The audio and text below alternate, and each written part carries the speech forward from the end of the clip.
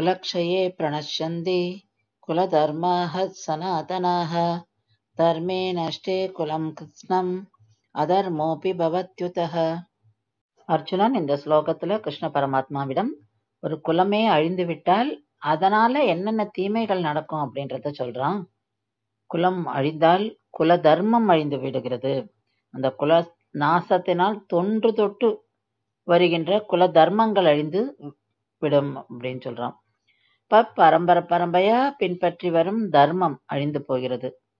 அந்த வாழ்க்கை முறைதான் சனாதன தர்மம் என்பது. அந்த சனாதன தர்மம் அழிந்து போகும். அப்ப குலம் அழியும் போது அதர்மம் சூழ்ந்து விடும். ஏன்னா தர்மம் போயிடுறது. அப்ப குலம் அழியும் போது மொத்த குலத்தையுமே அதர்மம் சூழ்ந்து அந்த அதர்மம் வென்றுவிடும் அப்படின்னு சொல்லி கிருஷ்ண பரமாத்மாவிடம் அர்ஜுனன் சொல்றான். ஆனால் அந்த அதர்மத்தை நீக்கணும். அதுக்காக அந்த போரை நீக்கிறது என்ன பண்ணணும் அப்படிங்கறத தான் பேசுறோம்.